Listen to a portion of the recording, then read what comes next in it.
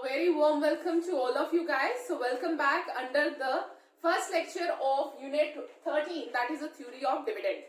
So in the previous lecture we have discussed about the dividend policy, that what are the different kind of dividend policy that an organization can follow in any course of business. So means whether they want to go for a constant dividend policy, stable dividend policy, they might have a irregular dividend policy, they might have a no dividend policy at all. So different kind of dividend policies are followed by the different firms depending upon their investment objective or the objective that they have in their mind, that whether they are in an investment firm or the kind, there are different, basically the kind of determinants that we have discussed, that how those determinants affect any organization selection of a dividend policy.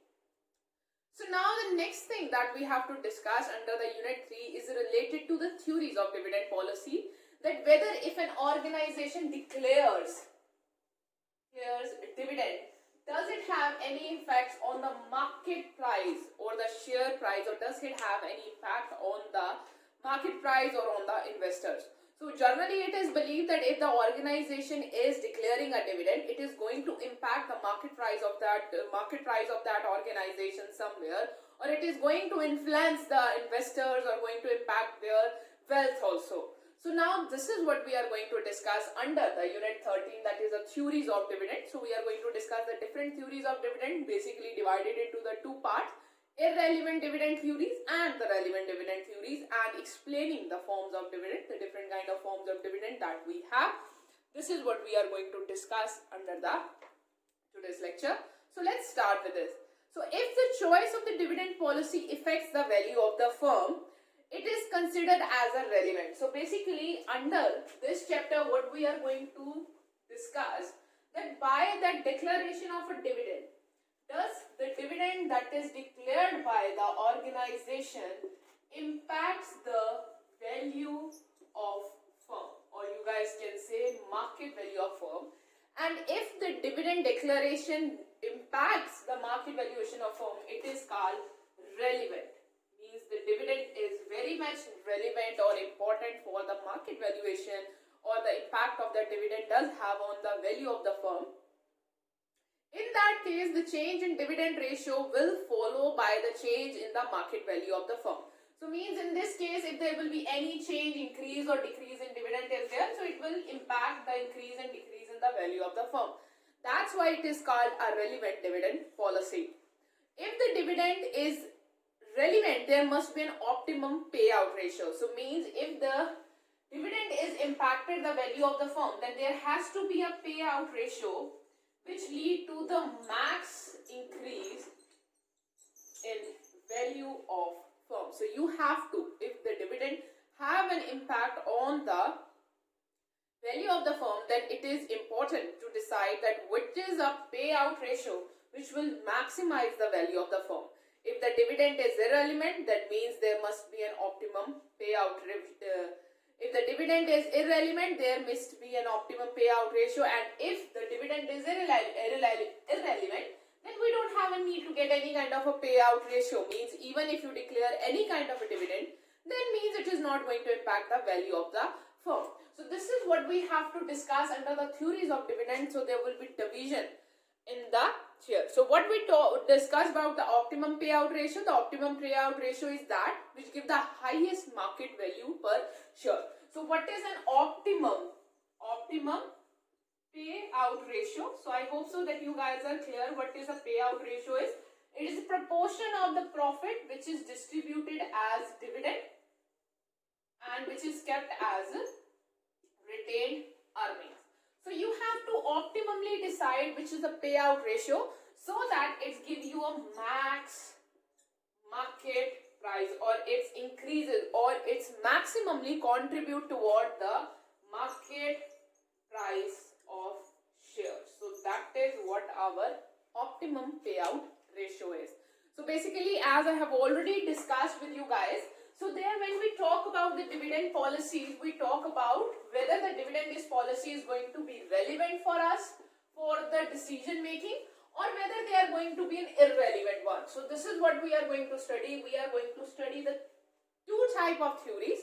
One are the relevant models and the other are the irrelevant models. models. So there are two division of the theories are there for the dividend. One are the relevant models and the other are the irrelevant model. So if we talk about the theories of dividend, under the theory of dividend, the first one that we have with us is Walter's model. So first of all, we are going to discuss the Walter model, that is a relevant theory. So means it's a relevant theory. It means that yes, there is an existence of optimum payout ratio, and if you are selecting that optimum payout ratio, the amount of dividend you are paying is going to impact your market price of the share or the market value of the firm. So this is what the relevant theory means. So the first theory that we are going to cover under the relevant model is the Walter's model. So this is the first thing that we are going to discuss under this. So let's start with it. So Professor James E. Walter argued that the choice of dividend payout ratio almost always affect the value of the firm. So Walter say whatever the payout ratio that you are going to have, it is going to impact the value of the firm. So that's why it is called a relevant theory. So this is what you mean by the relevant theory. So Professor Walter are a very scholar student that signifies the relationship between the internal rate of return and the cost of capital in determining the optimum dividend policy.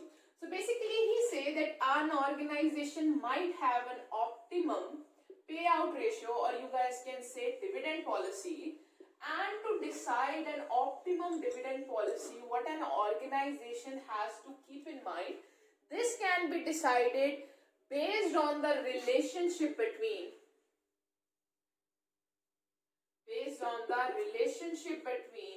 the cost of capital and internal rate of return. So this is what the thing that is kept in mind while deciding the Walter model. So when we work as per the Walter model, Walter is a very big scholar that signifies the relationship between the internal rate of return, that is basically represented by R, and the cost of capital, that is represented by the K. So by the relationship between these two, you can find out that what is the optimum policy for dividend that you can have, and you can imply it in the organization. You can find out the optimum payout ratio, and then you can use that optimum payout ratio to pay the dividend, which is going to impact the value of your firm. So you can find out the optimum dividend policy which maximizes the wealth of the shareholder. So that's why the Walter model is considered as a relevant model, because it's believed that you can find out an optimum dividend policy which is maximally benefit for the organization, and using that policy by you can use or find out that policy by finding the relationship between the cost of capital and internal rate of return, by finding the maximum or the relationship between these two, which is the maximally benefit for the shareholders, which lead them to increase their wealth. So this is what is said by the Walter. So let's begin up and understand the more aspects which is related to the Walter model. So first of all, what we have to discuss under the Walter model is the assumptions. So let's discuss that the Walter model is also based on some of the assumptions. So let's discuss these assumptions. So this model also assumes, first one, that the firm finance its entire investment by the mean of retained earning. So means the investment are financed by retained earnings only. So there is no other sources available through which you can finance your investment. So means if you have any kind of investment opportunity in your hand, you can only rely on one source of investment, that is retained earning. You might not have any other source of investment, like in the form of, you guys can say, any kind of another, if they want to gain from by issuing of new shares or dividend or taking up a loan. So that thing does not exist. Second is internal rate of return and cost of capital. The R and the K discussing the dividend policy, while we are finding out the dividend payout ratio, so while we are making the calculation, the internal rate of return that is being generated by the organization and the cost of capital is constant. The third one is the firm earnings are either distributed as dividend or reinvested internally. So means whatever the earnings are either distributed or they are reinvested internally. So means either you are distributing your earnings in the form of dividend, or otherwise you're keeping your earnings or reinvesting them in the business only. So you're not keeping them aside for the fund purpose, but you are reinvesting them. Fourth is the beginning earnings and the dividend of the firm will never change. So earnings and the beginning earnings and dividend policy does not change during that period. So this is the third and fourth assumption. And the fifth one, the firm has a long life. So the long life of the firm is there. So this is what you guys can say, the assumptions on the which the Volcker model has been designed.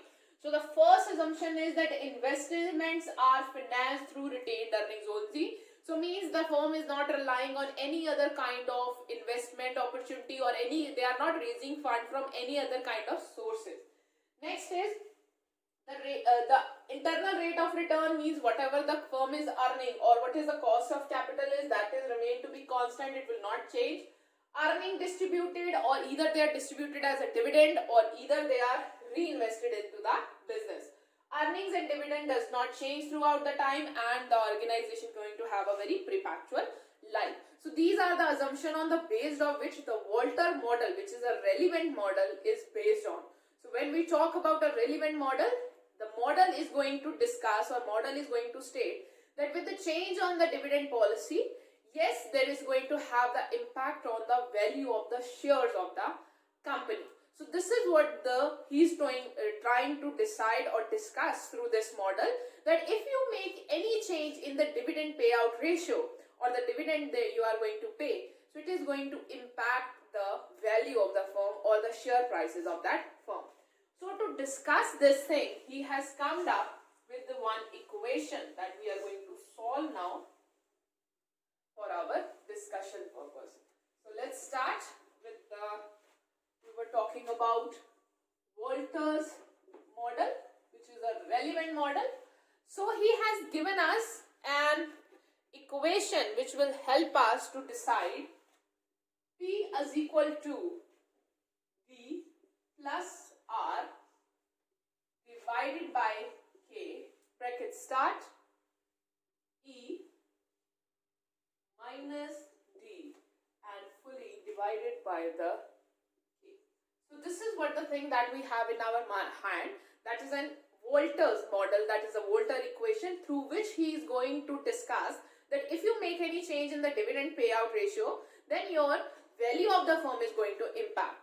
The P is here represented as a market price per share. So this is market price per share which is given to us.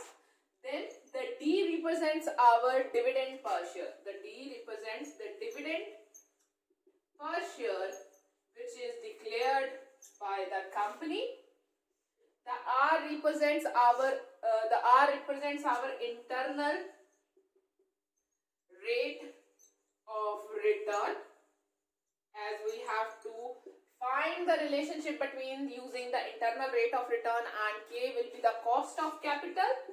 This is our cost of capital that must be given to us in the question. And the last one is left with us is E. So E is our earnings per share.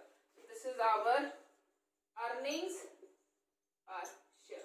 So using this model, we can decide what is an optimum value is, or what is the optimum payout ratio that you can determine or that you can use to declare the dividend, so that you can maximize this P. So please keep this in your mind. This model is D plus R divided by K, E minus D divided by K. So here the P is the market price, the D represents the dividend per share plus R, that is our internal rate of return, divided by K, which is our cost of capital, E minus D, which is basically our earnings per share minus dividend per share, and divided by K, which is basically, you guys can say that this is our retained earning. So these are earnings and these are dividends. So if there will be any change in them or there will be any difference in them, so it basically means this is the amount of retained earning that has been kept by the organization and not has been declared as a dividend.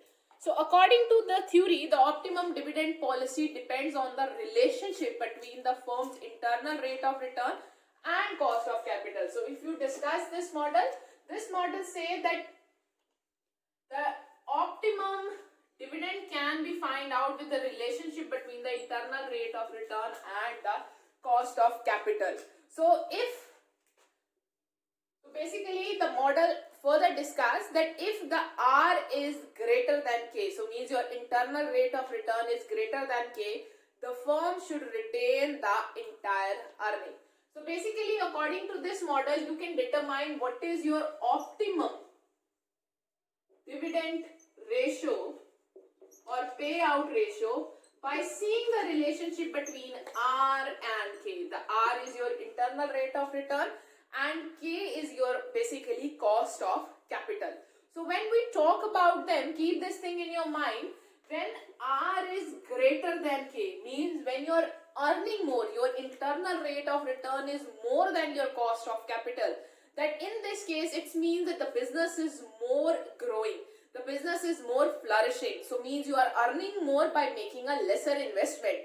So it means it is better to retain the earnings. So it is better in that case when your rate of return is more than your K. So your internal rate of return is more than your cost of capital.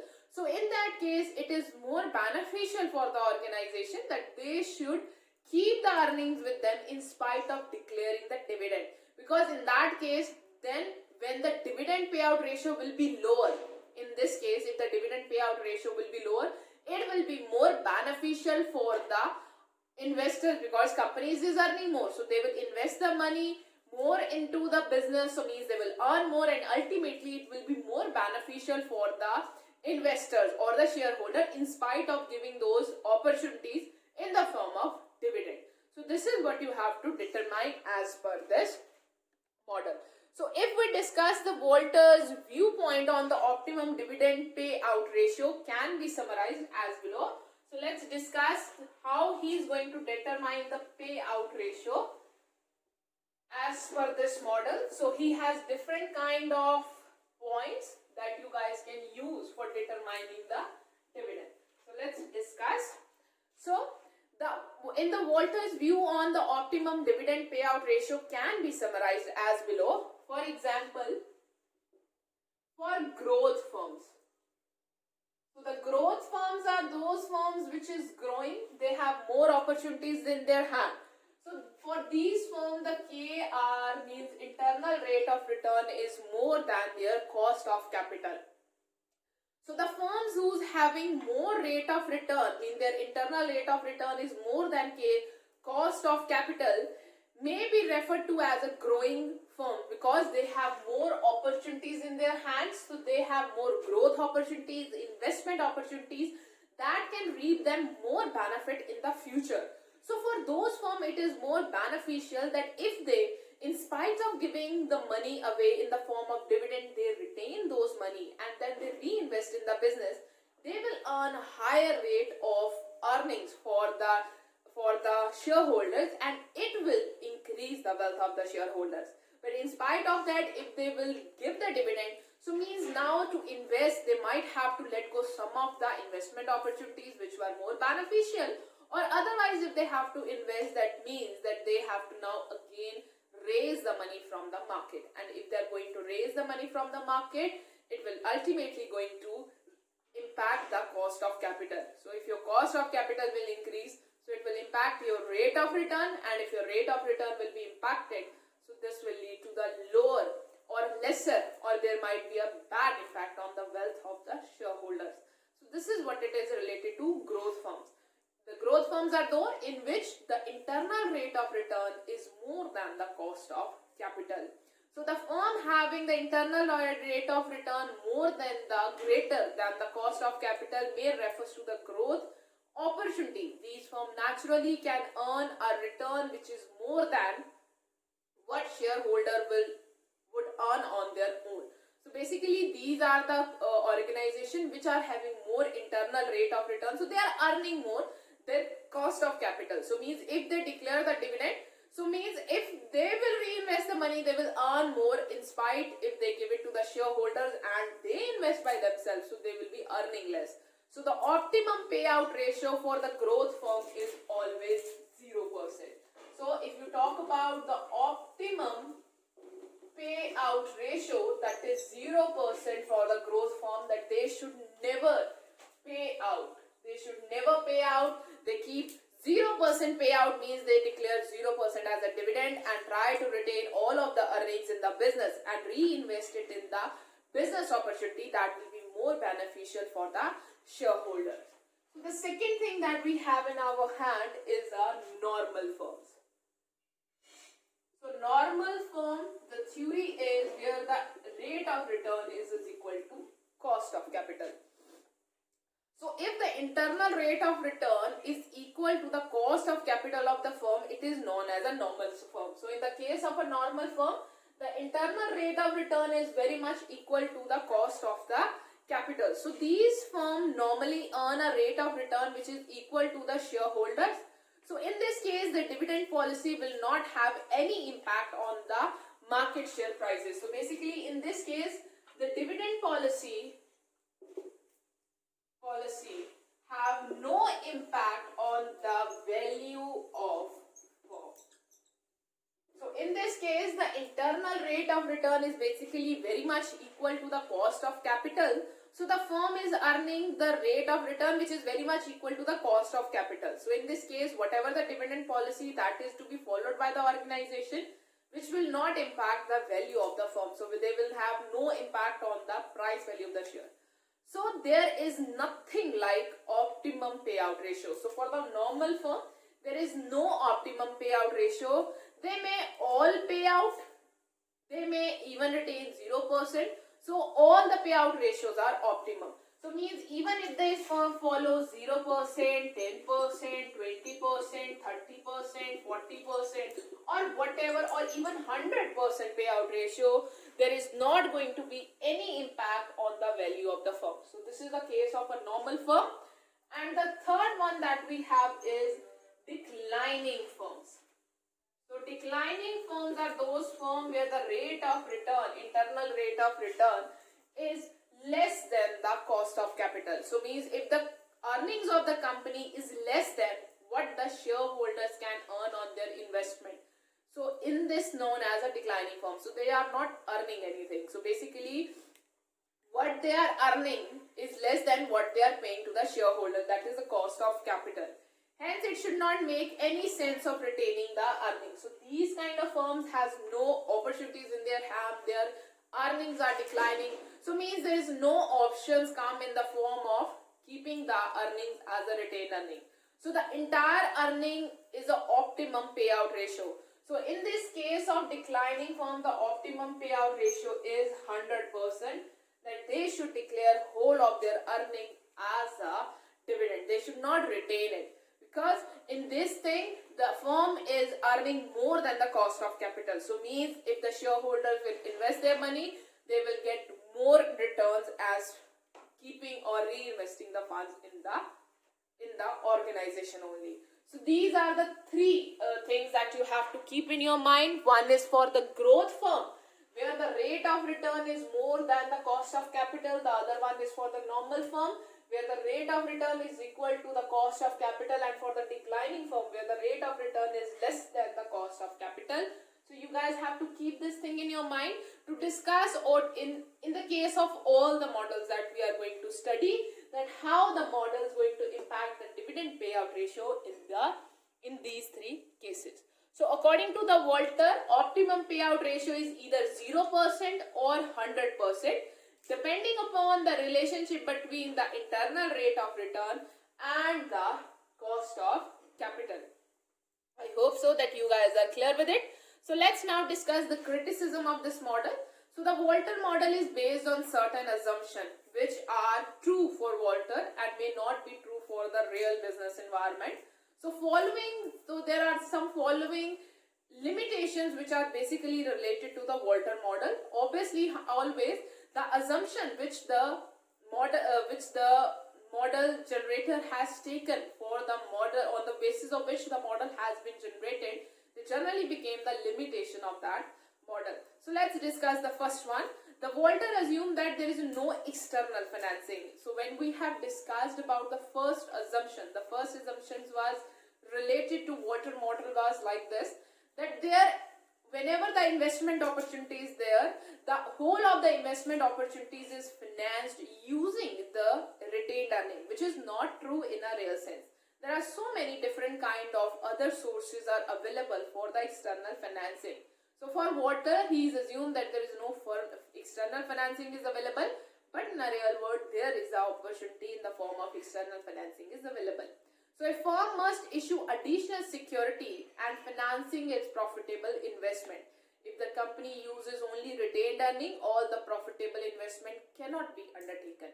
So basically, he says that as per the criticism, it is very true that the firm has to rely on the external funding or the financing. You can't, a firm who is in a real business environment can't fully rely on the internal financing only, because if you are relying on the internal financing, you will never be able to grab all the opportunities that is available to you. So the investment decision of the firm will be suboptimum. So in this case, it will not be applicable. Other than that, the constant R, internal rate of return, and the cost of capital is not there. So internal rate of return cannot remain same. It actually diminishes as and when we make more and more investment. So basically, the R keeps on changing as per the investment we are making, or as per the different investment decisions that we take in the organization. Our R fluctuated. That's our internal rate of return. So after the internal rate of return, the next that we have with us is a K, that is a cost of capital. He again assumes that the cost of capital remains a constant. So basically, the cost of capital also changes as per the risk of the company, directly changes with the additional investment of the retained earning. So basically, if you are making any other type of investment, if you are raising any other kind of earnings also, so it impacts the cost of capital also. So it also does not stay same in the normal business environment. So these are the criticism which is related to the Walter model. And now we are going to start up with the numerical questions to implement or to discuss the working of the Walter model. I hope so that you guys are clear with the theory aspect of the Walter model. So now let's do one numerical question for the Walter model to decide what will be the optimum payout ratio for an organization. So you guys, given with the illustration number 1, given the following information about the Sunrise Industries Limited, shows the effect of dividend policy on the market price per share using the Walter model. So using the Walter model, we have to use the Walter's model for determining what will be the impact on the Sunrise industry for the impact on the dividend policy. So we are given with the different kind of things like EPS, earning per share is given to us rupees 8 as per the sum. Cost of capital is given to us K, that is 12%. So this is normal. Assuming the rate of return, so we are given different kind of rate of return. So you guys can say the first rate is given to us is 15%. So you guys can say here the R is 15% and K is 12%. So this is for the option of a growth firm. Then we are given with the second rate of R. This is first, this is second rate. The second case is of when the rate of return or the R is basically 10%.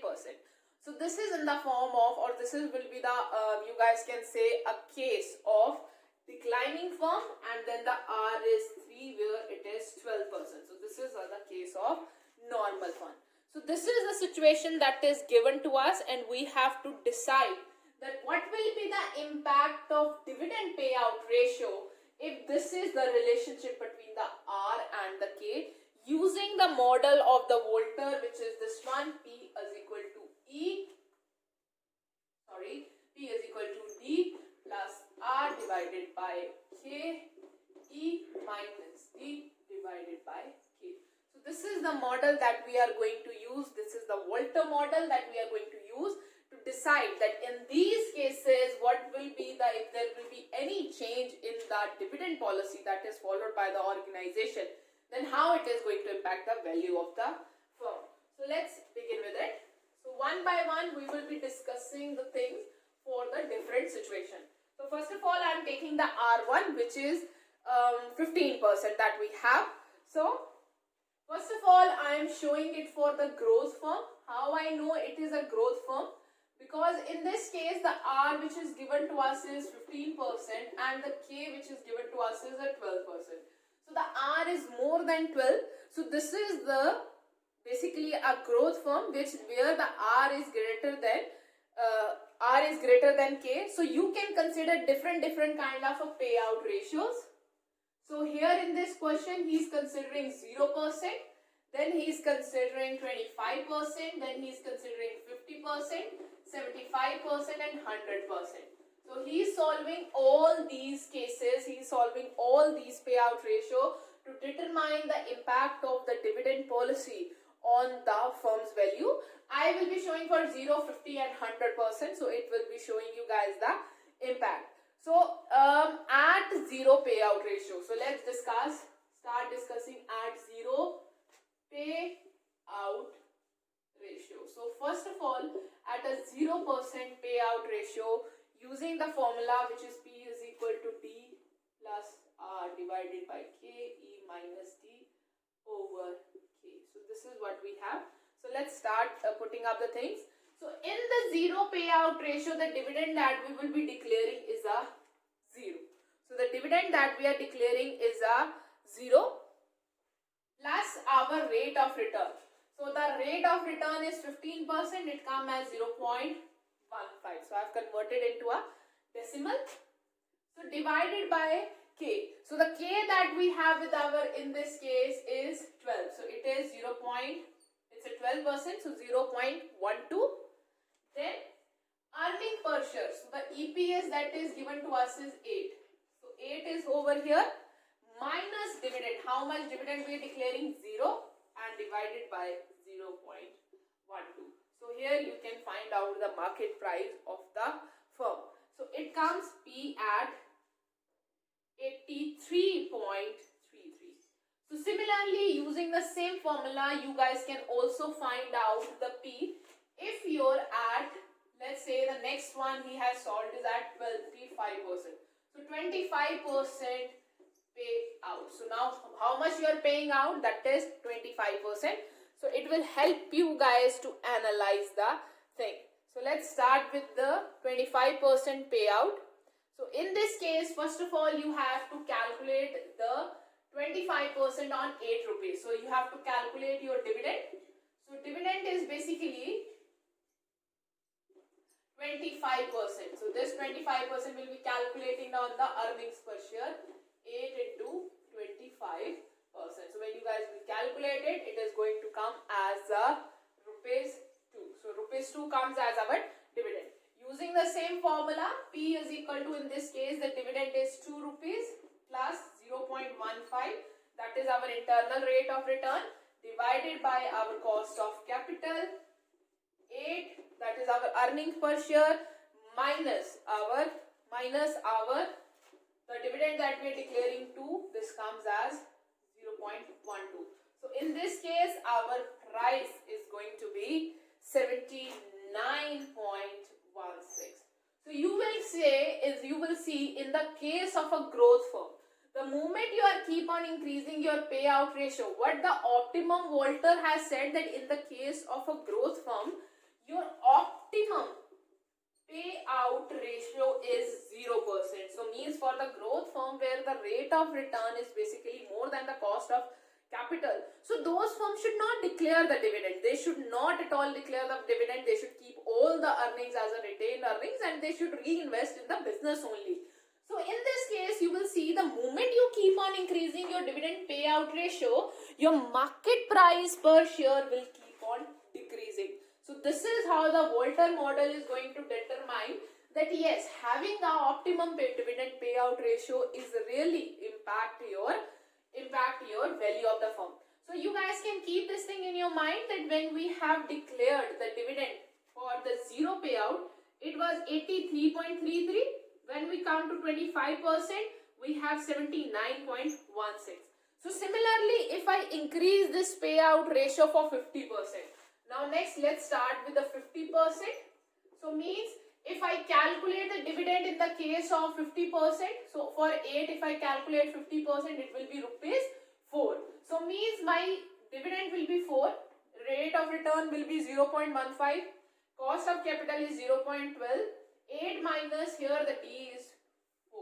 So in this case, if you calculate your price for 50%, so your cost of capital, or you guys can say your market price, will come as 75. So means it has reduced further. So means if you declare 50% dividend, your market price will be 75 only. Similarly, if I move towards 75% dividend, so now you guys again have to calculate of 8 75%. So means you are declaring 75% of dividend. So of 8, when you will calculate 75%, it is going to come as a 6. So now the dividend that you are declaring is of 6 rupees. Rest everything will be same. Here 8 minus 2, 6. And when you will calculate a market price in this case, it will further fall to 70.83. So you guys can see the moment you are increasing your payout ratio at 75%, the market price of that firm fall to 70.83. And now we are left with the last payout, that is 100%. Not at all retaining anything, declaring whole of it as a dividend. So earnings we have is of 8 rupees. So 8 rupees as a dividend, rest of the things will be same. So in this case, when you will calculate your market price, it will be 66.67. So means that 100% it is 66.67. So now let's discuss this thing in a proper way. So as we are talking about a growth firm, so growth firms are those firms where the internal rate of return is more than the cost of capital. So when we are discussing this case, in the R1 is 15%, which is more than the K, which is 12% given to us in the question. So means we are solving this question for a growth firm. So similarly, when you keep on increasing your payout ratio, in 0, the amount comes as a 83.33. When you increase your payout to 25%, the value of firm reduces to 79.16. When you declared further dividend for 50%, it comes as 75 rupees. When you declare increases further to 75% dividend, so 70.83, and that 100% the value is the more reduced. So from here you guys can see that according to the Volter, for a growth firm, they should always have a 0% as the dividend payout ratio. That is a more optimum for them, because these firms have a more higher rate of return, so they can earn more if they retain the earnings more. So that's why you guys can see, for the growth firm, if you keep on increasing your dividend payout ratio, the value of the firm will decrease. So hence, from this numerical, using the Volter model, you guys can very much declare that for the growth firm, where the rate of return is more than the cost of capital, the share prices will be maximum where the dividend payout ratio is 0%. So they should not pay any dividend but retain all the things as a dividend. So this was the first case, that is for the growth firms. Let's move to the next, you guys can say the next option that we have with us, the next case that we have with us for the declining firms. So now next let's discuss the case for the declining firms. Declining firms. So declining firms, in that case the R is given to us as a 10% and the K is given to us at 12%. So this is a case where the R is less than K, so that's why it is a declining firm. Rest of the things are going to remain same. And now we are going to decide that how our dividend payout ratio is going to impact the firm. According to the Volters, the optimum payout ratio for the declining firm is 100%. They are not earning that much which the investor can invest, because the cost of capital is more than the rate of return. So those firm should not retain anything, but give everything as a give everything in the form of dividend, and should not have any kind of retained earning. So now this is what we are going to discuss with them, using the same 0%, 25%, 50%, 75% and 100% dividend payout ratio, using the same formula. So let's discuss at 0% payout ratio. So means in this case the dividend will be 0. I am now using for the declining firm, where the R is 10%, means I am at a case 2 and the K is 12%. Using the same formula of D plus R divided by K, E minus T divided by K. So in the first case, when the dividend payout ratio is 0%, means 0 dividend has been declared. So let's discuss 0. The R is in this case is 0.10, not 15%. That was a previous case of the growth firm. Now we are at declining stage. Earning per share is 8 again. That will remain same.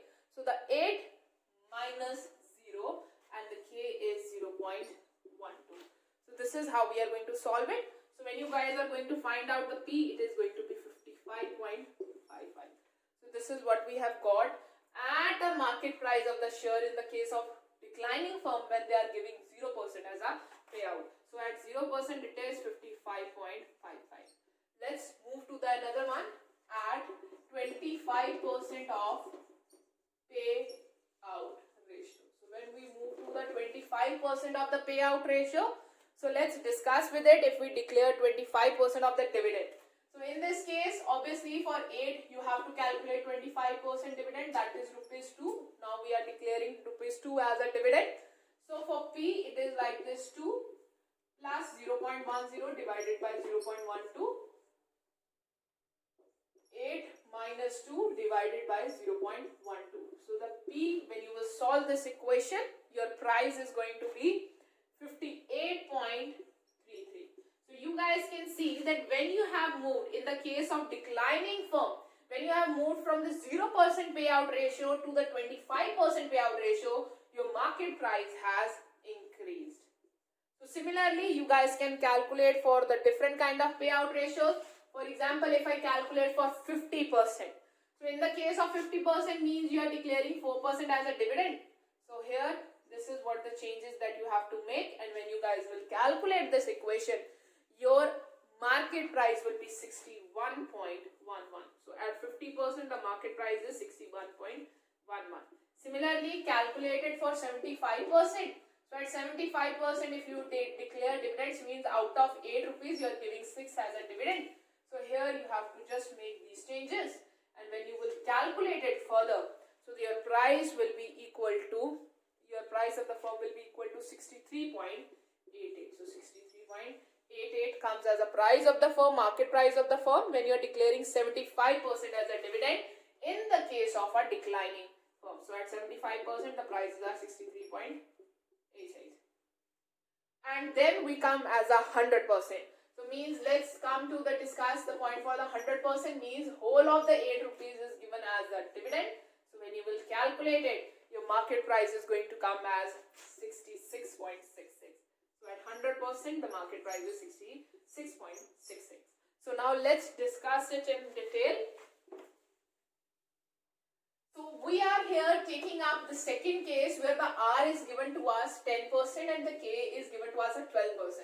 So basically the case that we are discussing over here is of a declining firm. How I come to know? Because in this case the R is 10% and the K is 12%. So this is a declining firm. They don't have any kind of an opportunity. They are not earning much while performing or working in the environment. So for these firms, Walter suggests that they should follow 100% payout. So these firms, the optimum payout ratio is 100%. So you guys can also see that when we are declaring 0% dividend, these firm market price was 55. So when we increase it to 25% dividend, so it is 58.33 increased. So it increased. So after 50% of the dividend, the market price was 61.11. Further, when we reach to 75% of the dividend, then our prices go to 63.33. And when we declared 100% of dividend, it was the maximum. So it is the maximum if you are declaring in the case of declining firm. The more dividend you will give, the more dividend you will give, that will be more impactful or more beneficial for the shareholders, and that at that point it will have the maximum, you guys can say, firm value in case of the declining firm. So now that was the case of the declining firm. So let's move to the last case, that is of the normal firm. So now we are going to move toward the normal firm. The R is given to us as a 12% also, and the K is also given to us as a 12% also. So this is a case of a normal firm. So in this case, the Volcker say no matter what amount of dividend you declare, it is not going to have any kind of impact on the value of the firm. So means even if you go for the 0% dividend, 50%, 20%, 25%, 100%, the value of the firm is going to be a same one. So let's discuss using the different payout ratio. So first of all, let's discuss at a payout of 0%. So means 0% dividend is there using the same formula of D plus R divided by K, cost of capital E minus D divided by K. So this is the formula of Volcker equation it is. So using 0% payout ratio, 0, R is 0.112, K is 0.112, E is 8, and it is 0.12. So in this case, when you will solve this equation out, the amount of the price or the cost price, the market price of the firm is going to be 66.66. So similarly, if I use it for the payout ratio of 25%, so means the dividend he is going to declare is of 2 rupees out of 8 rupees earning. Using the same formula, 2 plus 0.12 divided by 0.12, 8 minus 2 divided by 0.12. In this case, when you will again calculate the P, that is the market price of the firm, this will again going to be 66.66. So similarly, you guys can calculate for 50%. So means in this case, the dividend is of 4 rupee. So here the 4 will come, rest of the things will be same, and the market price that you will calculate is again going to be 66.66. So you guys can use it for 75%, you guys can calculate for 100% also, but the market price is going to be same.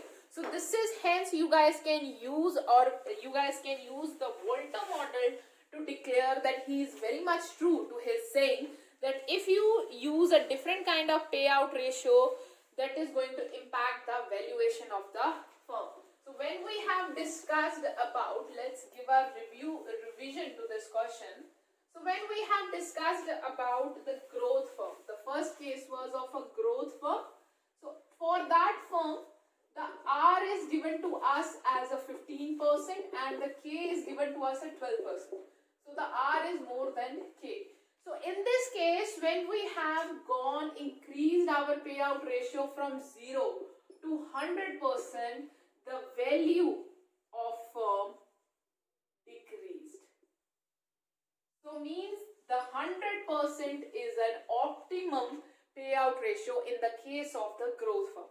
So when we have talked about the second case, which was our declining firm, so in that case, the R that we have is of a 20% and the K that we have is of a 12%. So the R was less than K. So in this case, when we moved from 0% to 100% payout ratio, the value of firm also increased. So means more the dividend that you declare in the case of this firm, the more it will be beneficial for the value. And when we have discussed the third case, that is a normal firm. So for that, all the points or all the ratios are the optimum one. No matter whether you go 0% to 100%, the value is same. So this is how the Volcker proves that there is a relevant impact of the dividend on the value of the firm. So this is what the Volcker model is. I hope so that you guys are clear with the Walter model. So in the first lecture of our unit 13, we have discussed about the Walter model using or considering the, you guys can say, theoretical implication also, and we have even discussed it numerically by discussing and taking the cases of a growth firm, then we have a declining firm and a normal firm. So Walter model is a relevant model which really say, by stating the relationship between the cost of the capital and the rate of return, that yes, a firm, depending upon its relationship between the R and K, can have an optimum payout ratio. I hope so that you guys are clear with the Walter model. In the next lecture, we are going to discuss the next theories which is related to the dividend, like Gordon and the other theories. Thank you so much guys for this lecture. Have a nice day ahead. We will meet in the next lecture.